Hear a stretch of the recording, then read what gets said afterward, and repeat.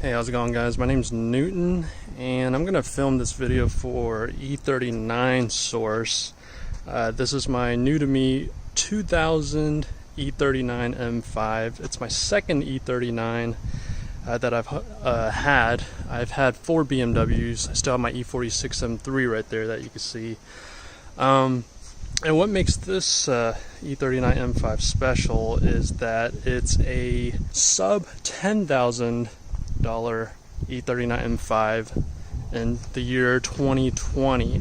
A couple years ago, I feel like you probably would have found a couple rougher, higher mileage E39 M5s for under $10,000. But these days, the value on these cars keep going up, and finding a sub $10,000 E39 M5 is just not very commonplace anymore. If you find a clean title, running and driving, no major issues E39 M5 for under $10,000 in this day and age, go ahead and snatch it up, because there's not too many of them out there.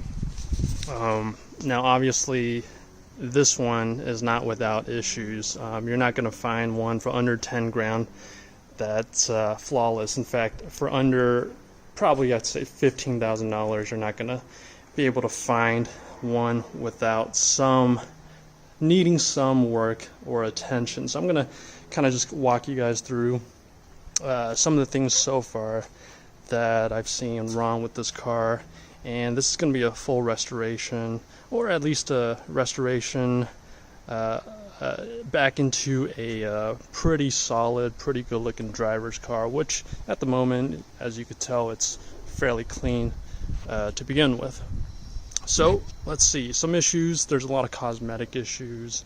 There's some, looks like what the previous owner put on some vinyl tape on the rear bumper. I'm thinking I might get the rear bumper resprayed, as well as a few other panels. These style 65s, probably going to go ahead and refinish them. OEM style 65s are a bit of a commodity these days, so definitely going to get those refinished. I don't know if you can kind of see the paint on the door handle. Probably get the door handles resprayed as well. Same goes for the mirror caps here. Yeah, you can see the cracks. I don't think paint correction is going to bring that back. Paint correction is going to bring the rest of the car back for sure. One thing that's good about titanium silver, despite it being a common color, is titanium silver doesn't show a lot of imperfections. Not a huge fan of these smoked headlight lenses, so I'm going to go back to OEM, or OEM style at least. The one thing that I kind of have a bit of a dilemma with is if I should go ahead and upgrade the headlights and taillights to the LCI, the facelift style. A lot of model year 2000 guys like to upgrade the headlights, but I kind of like that nostalgic look, that 90s look of the pre-facelift original E39s. So I don't know, I'll have to decide on that. Just took off the front plate. Not a big fan of front plates, and it looks like the front plate hasn't been taken off in a long time. I'm gonna wash that. Yeah, front bumper definitely needs a respray. Fog light cracked, get that replaced. Those pork chop fender liners, I think the one on the driver's side looks like it's cracked. The one on the passenger side is still good. Those have gone up in prices as well, so I might find a used one. I don't know if I want to go aftermarket. I'll have to look at the quality of the aftermarket pieces. Let's see what else. Take a look at the passenger side. Alright, so the leather could use some attention. Probably, yeah, I'm gonna get it restored. Maybe apply some dye, some leather conditioner. I'm gonna have to work on the leather. This passenger seat has a seat twist issue. Gonna have to pull the seat and get that addressed. Yeah, this is, like I said, model year 2000, has the original navigation, which in a weird nostalgic way is kind of cool now, in my opinion. Might change out the wood trim depending on how I feel. Some pieces I think have cracked a little bit. This one is still holding up fine. It has a short shifter, the E60 short shifter kit in there with the ZHP shift knob already. Feels pretty good. Yeah, overall, as you can see, pretty clean car for a sub $10,000 E39 M5. These don't retract anymore. That happens in almost every E39. I took off the trim. The wood trim is over there. I just got to put that piece back, or find a plastic clip there. Let's see. Same thing goes for the leather back here. Needs some conditioning. Yeah, you can see how the shade has fallen off there. Yeah, headliner definitely needs to be glued back. I think I might try to work on the headliner myself. The sunroof still works, but could use a little adjustment. Yeah, rear vents. I'm gonna get a new rear vent right there. Let's see. What else? Spoiler, trunk spoiler. Yeah, needs some paint. Might try to take it off and run without it for a little while.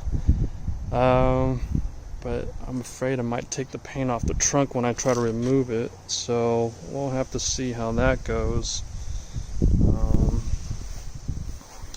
Let's see, what do we have here? Got a new window switch already. That's flaked off. Leather needs to be treated. Steering wheel still in pretty decent shape, surprisingly. By the way, this E39 M5 has 147,000 miles, clean title, multiple owners, but no real accidents, no real history. The door sill trim, or door sills rather, are very expensive from what I could find if I buy brand new OEM ones. So I'm gonna have to figure out how to get around that without spending what, $600-700, which I totally would if I was trying to restore a concourse level car. Yeah, about the same goes for this side. That trim, yeah, that's starting to crack, come apart as well. So anyways, yeah, this is a pretty clean car. Definitely needs pixels. The pixel repair is something I'll have to tackle. What else can I think? You could kind of see how the headliner's sagging. I'm probably just going to take the entire headliner out of the car and re-glue it. Navigation works. No missing pixels on the HVAC. And yeah, that's about it. And here is the gray face gauges, which I prefer a little bit better. This is a November '99 build car. Other mechanical issues. I know it needs a thermostat. It has leaky power steering lines. It leaky valve cover gaskets. I'm going to tackle all of that. I don't know if it has anything else. I'll have to find out. I have to scan the codes, which last time I scanned it, I cleared it.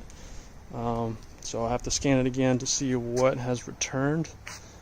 Oh yeah, biggest ticket item is probably differential bushings. I'm gonna have to replace that, as well as all the driveline bushings, couplers, what have you. I'm just gonna refresh the entire drivetrain. So yeah, look for a update, maybe perhaps a couple months from now.